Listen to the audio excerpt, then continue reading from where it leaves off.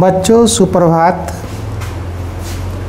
मैं Arun Kumar residential Paramount mission school से YouTube channel में आप लोगों का हार्दिक स्वागत करता हूं। आज हम लोग वर्ग 6 पाठ 4 पढ़ेंगे, जिस पाठ का नाम है अपराजिता, जिसके लेखक हैं शिवानी। सबसे पहले हम लोग इस पाठ के कुछ कठिन शब्द हैं, उन कठिन शब्दों को देखेंगे।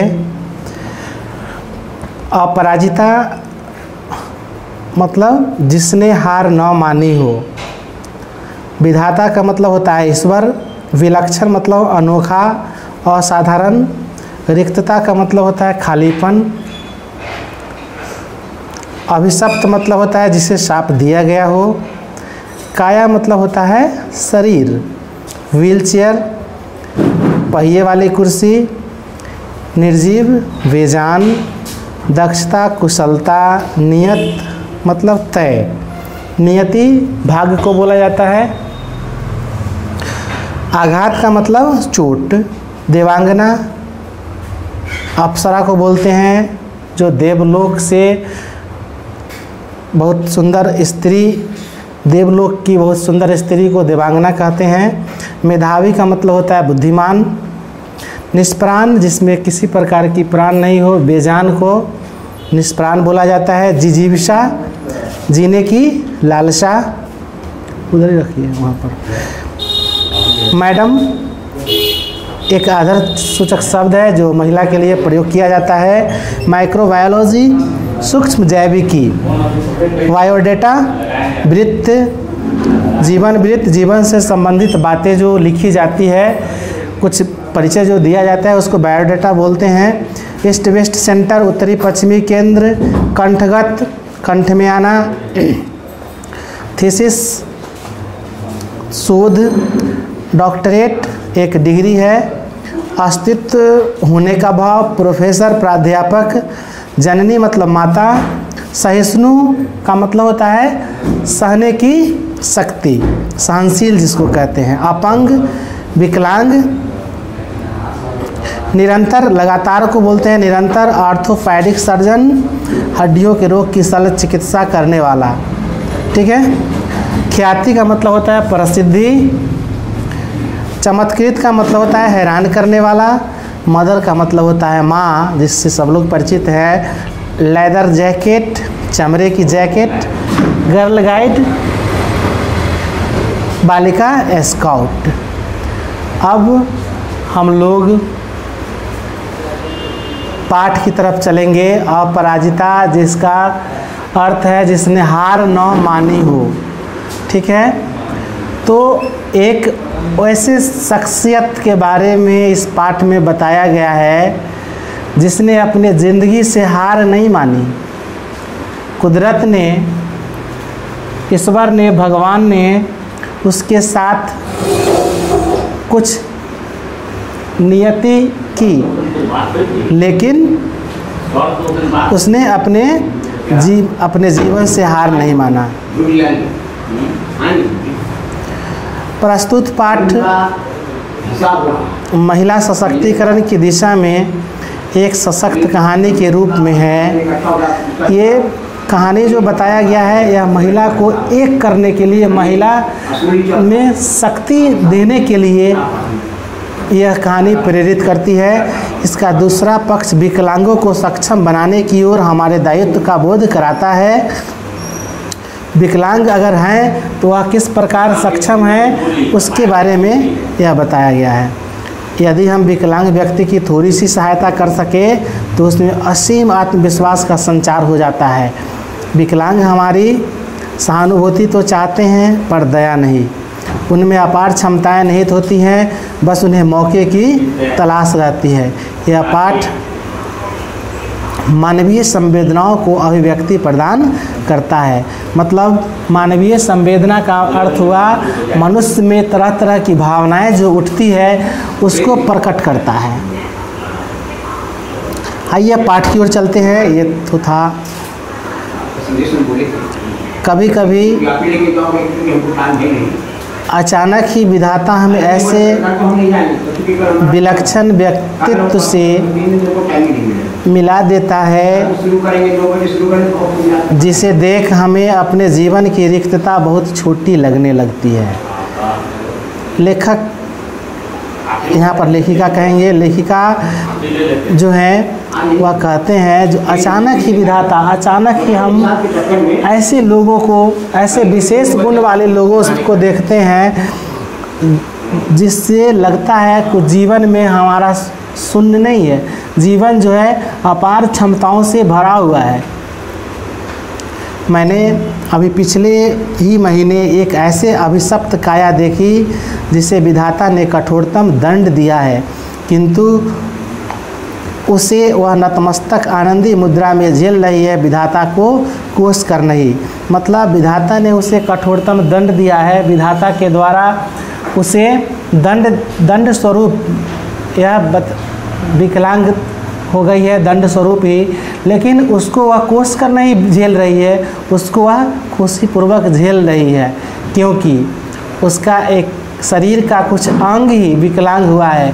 लेकिन मनुष्य के अंदर जो आत्मविश्वास होता है, उसके अंदर जो साहस होता है, वह क्या है, वह अभी ठीक है। वह आत्मविश्वास के बदौलत, वह साहस के बदौलत, वह सहिष्णुता के बदौलत, वह उसमें क्षमताएं बहुत है जिससे वह अपने जीवन में सफलता प्राप्त कर सकती है। आइए आगे क्या बताया जा रहा है। उसकी कोठी का अहाता एकदम हमारे बंगले के अहाते से जुड़ा था। अपनी शानदार कोठी में उसे पहली बार कार से उतरते देखा तो आश्चर्य से देखती रह गई। कार का द्वार खुला, एक प्रौढ़ा ने उतरकर पहली सीट से एक व्हील चेयर निकालकर सामने रख दी और भीतर चली गई। दूसरे ही क्षण धीरे धीरे बिना किसी सहारे के कार से एक युवती ने अपने निर्जीव निचले धड़ को बड़ी दक्षता से नीचे उतारा, फिर बैसाखियों से ही उसे उस चेयर तक पहुंच उसमें बैठ गई। ठीक है, तो लेखिका के द्वारा यह दृश्य देखा जाता है जिसमें कार से वह युवती उतरती है जिसका निचला धड़ मतलब शरीर का निचला भाग जो है क्या होता है, निर्जीव होता है।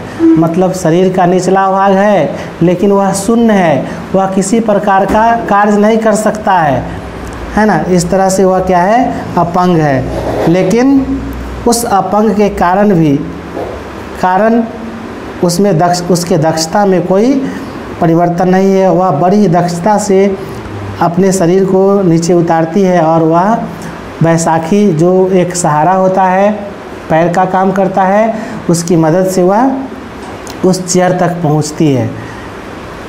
फिर उसे स्वयं चलाती हुई कोठी के भीतर चली गई। मैं नियत समय पर उसका वह विचित्र आवागमन देखती और आश्चर्यचकित रह जाती। लेखिका के द्वारा यह दृश्य हर दिन देखा जाता है जो किस प्रकार वह अपने कार से निर्जीव शरीर को निकालती है और बैसाखियों के सहारे उस चेयर तक पहुंचती है। धीरे धीरे मेरा उससे परिचय हुआ। लेखिका का परिचय उस युवती से हुआ जिसको ईश्वर ने कठोरतम दंड दे रखा था। उसकी कहानी सुनी तो दंग रह गई। नियति के प्रत्येक कठोर आघात, नियति मतलब प्रकृति के द्वारा, ईश्वर के द्वारा जो भी कठोर दंड, जो भी चोट पहुंचाया गया, उसको वह धैर्य और साहस से झेलती रही। धैर्य और साहस से झेलती वह बित्ते भर की लड़की मुझे किसी देवांगना से कम नहीं लगी। लेखिका बताती है जो ईश्वर के द्वारा कितने भी आघात किए गए, कितने भी चोट उसे पहुंचाए गए, लेकिन सभी आघातों को वह धैर्यपूर्वक, साहसपूर्वक सहन करती गई और अपने आप को किसी अच्छे व्यक्ति से कम नहीं समझती थी। मैं चाहती हूँ कि मेरी इन पंक्तियों को लखनऊ का वह मेधावी युवक भी पढ़े जो IAS की परीक्षा देने इलाहाबाद गया था और लौटते वक्त चलती ट्रेन से गिरकर अपना दायां हाथ गंवा बैठा था। लेखिका का कहना है जो मैंने यह जो बात कही, नियति के द्वारा जो आघात किया गया उससे उसको कोई प्रभाव उसके मन पर नहीं पड़ा। वह अभी भी भले चंगे अपने आप को महसूस कर रही है और यह बात इससे उस युवक को सीख लेना चाहिए जिसका एक दायां हाथ क्या हुआ था, ट्रेन में कट गया था और वह अपना मानसिक संतुलन खो बैठा था। केवल एक हाथ खोकर ही उसने हथियार डाल दिया। एक हाथ खोने के बाद उसने बोल दिया जो हमसे कुछ भी होने वाला नहीं है। इधर यह चंद्रा, इस युवती का नाम क्या है, चंद्रा, जिसका निचला धर है लेकिन क्या है, निष्प्राण है, उसमें कोई सजीवता नाम की चीज़ नहीं है, सिर्फ मांसपिंड है। मांसपिंड मतलब मांस का बना हुआ, मांस की आकृति बनी हुई है, लेकिन उसमें किसी प्रकार का हाव भाव नहीं है, किसी प्रकार की उसमें एक्टिविटी नहीं है, सिर्फ एक पिंड के समान है। उसके चेहरे पर विषाद की एक रेखा भी नहीं, मतलब उसे इस बात का कोई भी दुख नहीं है। अदम्य उत्साह और जीने की उत्कट जिजीविषा तथा महत्वाकांक्षाएं। अदम्य उत्साह, उसमें इतनी उत्साह है जिसकी आप तुलना नहीं कर सकते हो, और जीने की उत्कट जिजीविषा, और उसे यह खबर है जो मैं बहुत दिनों तक जी सकती हूँ, और महत्वाकांक्षाएं है, वह सब कुछ करने को क्या है, एबल है, सब कुछ करने की योग्य है।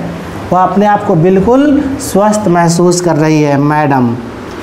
अब वह लेखिका से बोल रही है, मैडम आप लखनऊ जाते ही क्या मुझे ड्रग रिसर्च इंस्टीट्यूट से पूछकर यह बताएंगी कि क्या वहां आने पर मेरे विषय माइक्रोबायोलॉजी से संबंधित कुछ सामग्री मिल सकेगी?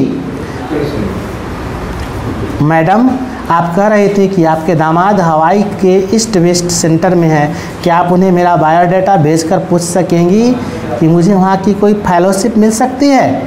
यह मैडम से प्रश्न करती है ना, जो मुझे ड्रग रिसर्च इंस्टीट्यूट से वहाँ माइक्रोबायोलॉजी से संबंधित कुछ सामग्री मिलेगी, क्योंकि मैडम का दामाद वहाँ क्या थी कि ईस्ट वेस्ट सेंटर में थी। सामान्य सी हड्डी टूटने या पैर में मोच आ जाने पर ही हमारे प्राण कंठगत हो जाते हैं। लेखिका का कहना है जो एक छोटा सा हड्डी अगर हमारी टूट जाती है तो हमें लगता है जो अब बड़ी मुश्किल है जीवन का चलना, लेकिन इधर यह लड़की है कि पूरा निचला धड़ शून्य है, और इस लड़की की तुलना कर रही है लेखिका कि यह लड़की है जिसका निचला पूरा धड़ क्या है, शून्य है, नाकाम है, फिर भी बोटी बोटी फरक रही है, बोटी बोटी फरक रही है, मतलब उसमें काम करने की ललक बिल्कुल झलक रही है। वह इतनी सक्रिय है कि कहा नहीं जा सकता। आजकल वह IIT चेन्नई में काम कर रही है। जन्म के 18वें महीने में ही जिसकी गर्दन से नीचे का पूरा शरीर पोलियो ने निर्जीव कर दिया हो। गर्दन से नीचे मतलब गले से नीचे का पूरा शरीर जो है, पूरा अंग जो है क्या है, निष्क्रिय है, पोलियो से ग्रसित है, मतलब पोलियो उसको लग चुका है, जिसके कारण वह बिल्कुल ही शून्य हो चुका है। उसने किसी अद्भुत साहस से नियति को अंगूठा दिखा अपने थीसिस पर डॉक्टरेट ली होगी, और इतना होने के बाद यह चंद्रा नाम की युवती एक डॉक्टरेट की उपाधि प्राप्त करती है। आइए कैसे डॉक्टरेट की उपाधि प्राप्त करती है उसके बारे में हम लोग जानेंगे। फिर आगे प्रश्न करती है, मैडम मैं चाहती हूँ कि कोई मुझे सामान्य सा चेहरा भी न दे।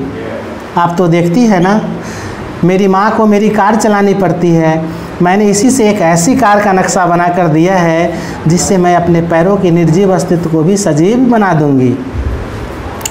मैडम लेखिका से वह युवती बताती है कि मुझे सामान्य सा चेहरा भी दे या नहीं दे, लेकिन आप देखती है जो मेरी माँ मुझे हमेशा क्या करती है, मदद करती है।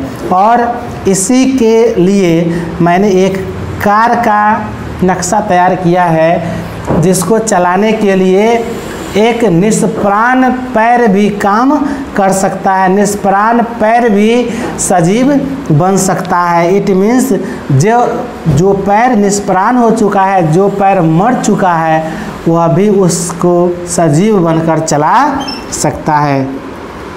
यह देखिए मैंने अपने प्रयोगशाला में अपना काम का संचालन कैसे सुगम बना लिया है। मैं अपना सारा काम अब स्वयं निपटा लेती हूँ, यह लेखिका को बताती है।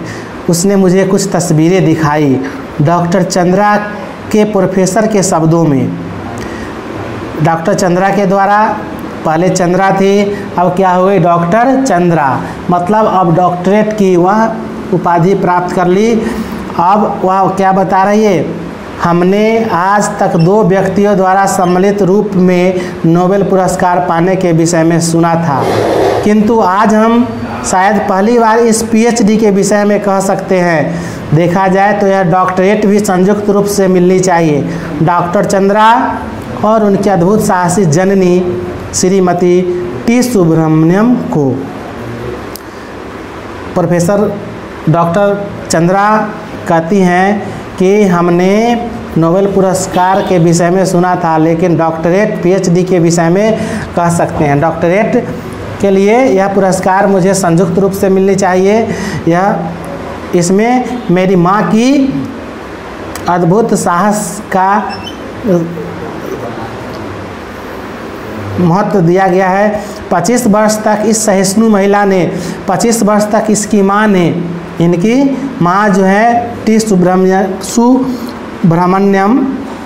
उन्होंने 25 वर्षों तक सारा कुछ सहकर अपने पुत्री के साथ कैसी कठिन साधना की, और इस साधना का सुखद अंत हुआ जब चंद्रा को डॉक्टरेट मिली। किसमें? माइक्रोबायोलॉजी में। अपंग स्त्री पुरुषों में, विकलांग स्त्री पुरुषों में इस विषय में मतलब माइक्रोबायोलॉजी में डॉक्टरेट पाने वाली यह प्रथम भारतीय महिला थी। प्रथम भारतीय थी, महिला ही नहीं, प्रथम भारतीय थी। श्रीमती सुब्रमण्यम मुझे बताने लगे, मेरे गर्भ में तब इसका भाई आ गया था। इसके भयानक अभिशाप के बावजूद मैंने कभी विधाता से यह नहीं कहा कि हे प्रभु इसे उठा लो। अगर किसी का शरीर ज़्यादा खराब होता है, ज़्यादा बीमारी से ग्रसित होता है, तो लोग उसकी भगवान से प्रार्थना करते हैं कि हे भगवान इसको इतना कष्ट नहीं दो, इसे दुनिया से उठा लो।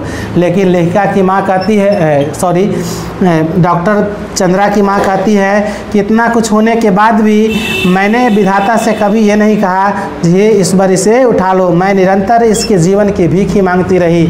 या केवल सिर हिलाकर इधर उधर देख भर सकती थी, न हाथों में गति थी न पैरों में, फिर भी मैंने आशा नहीं छोड़ी। एक ऑर्थोपेडिक सर्जन की बड़ी ख्याति सुनी थी, वहीं ले गई। 1 वर्ष तक कष्ट साध्य उपचार चला और एक दिन स्वयं ही इसके ऊपरी धर में गति आ गई। मतलब 1 वर्ष तक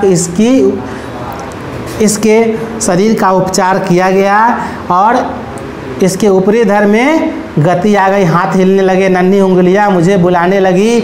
निर्जीव धर को मैंने सहारा देकर बैठना सिखा दिया। जब यह 5 वर्ष की हुई तो मैं ही इसका स्कूल बनी। मेधावी पुत्री की विलक्षण बुद्धि ने मुझे चमत्कृत कर दिया। बेंगलुरु के प्रसिद्ध स्कूल माउंट कार्मेल में उसे प्रवेश दिलाने के लिए मुझे स्कूल के द्वार पर लगभग धरना ही देना पड़ा। वहाँ की मदर ने कहा, हमें आपकी पुत्री से पूरी सहानुभूति है, पर इसकी व्हील चेयर लेकर कौन क्लासरूम में घुमाता फिरेगा। मैंने उन्हें विश्वास दिलाया। लेखिका चंद्रा की माँ कहती है कि मैंने उसे विश्वास दिलाया कि मदर मैं हमेशा इसके साथ रहूँगी। और फिर पूरी कक्षाओं में अपंग पुत्री की कुर्सी की परिक्रमा मैं स्वयं कराती। पुत्री ने बीएससी तथा एमएससी में प्रथम स्थान प्राप्त किया तथा कई स्वर्ण पदक जीते। डॉक्टर चंद्रा को उसके माता पिता ने पेंसिल्वानिया से एक व्हील चेयर मंगवा दी थी, जिसे डॉक्टर चंद्रा स्वयं चलाते हुए पूरे प्रयोगशाला में बड़ी सुगमता से घूम सकती थी। लेदर जैकेट में जीरा बख्तर की तरह कसी उस हंसमुख लड़की को देख मुझे युद्ध क्षेत्र में डटे राणा संगा का स्मरण हो आता है। मतलब जिस प्रकार युद्ध क्षेत्र में राणा संगा डटे हुए रहते थे, उसी प्रकार यह लड़की अपंग होते हुए भी कभी भी अपने कर्म से पीछे नहीं हटी। एक दिन वह बोली, मैडम आप तो लिखती हैं, मेरी ये कविताएं देखिए, कुछ दम है क्या इनमें। मतलब ये डॉक्टर चंद्रा ने एक कविताएं लिखकर लेखिका को दी। मैंने जब ये कविताएं देखी तो आंखें भर आई। जो उदासी उसके चेहरे पर कभी नहीं आने पाई, वह अनजाने ही उसकी कविताओं में छलक आई थी। फिर उसने अपनी कढ़ाई बुनाई के नमूने दिखाए। लड़की के दोनों हाथ उसके पैरों का भी काम करते थे। गर्ल गाइड में राष्ट्रपति से स्वर्ण पदक पाने वाली वह प्रथम अपंग बालिका थी। मतलब गर्ल गाइड में उसे स्वर्ण पदक मिला था राष्ट्रपति के द्वारा। उसे भारतीय और पाश्चात्य संगीत में भी रुचि थी। डॉक्टर चंद्रा के एल्बम में उसकी मां का बड़ा सा चित्र है, जिसमें वे एक विशिष्ट पुरस्कार ग्रहण कर रही है, वीर जननी पुरस्कार। वीर जननी पुरस्कार से डॉक्टर चंद्रा को क्या किया गया है, नवाजा गया है। और एक चित्र है जिसमें डॉक्टर चंद्रा क्या कर रही हैं, पुरस्कार ले रही हैं। इस अद्भुत साहसी जननी शारदा सुब्रमण्यम के शब्द अभी भी मेरे कानों में गूंज रहे हैं। इस बार सब द्वार एक साथ बंद नहीं करता, यदि एक द्वार बंद करता है तो दूसरा द्वार खोल भी देता है। और यह सत्य बात है। अगर मन में आत्मविश्वास भरा हुआ हो और साहस हो, धैर्य हो, तो आपको आगे बढ़ने से कोई भी रोक नहीं सकता है। तो इस पाठ में यह बताया गया, जो यह बालिका जो थी, यह युवती जो थी, यह अपंग थी। नियति ने इसके साथ बहुत सारे आघात किए, लेकिन इसमें आत्मविश्वास इतना भरा हुआ था, इसमें धैर्य इतना था, इसमें साहस इतना था कि उसी को अपना सफलता का औजार बनाकर इन्होंने डॉक्टरेट की उपाधि ली और तरह तरह की उपाधि भी इन्हें प्राप्त हुआ। तो बच्चों, इस पाठ के द्वारा यह बताया गया है कि हमें अपने आप को कमज़ोर नहीं समझना चाहिए, अपने अंदर आत्मविश्वास को बनाए रखना चाहिए और साहस भी, हमें साहसी होना चाहिए, धैर्यवान होना चाहिए, ताकि हमारे जीवन में किसी प्रकार का कठिनाई नहीं हो और अपने जीवन को सुचारू ढंग से चलाने के लिए हम अपने जीवन को साहस और धैर्य को सहारा बनाकर अपने जीवन को सफल बनाएं। इस तरह से आपका यह पाठ समाप्त हो गया और इसका प्रश्नोत्तर हम लोग अगले वीडियो में करेंगे। तब तक के लिए धन्यवाद। आइए 7th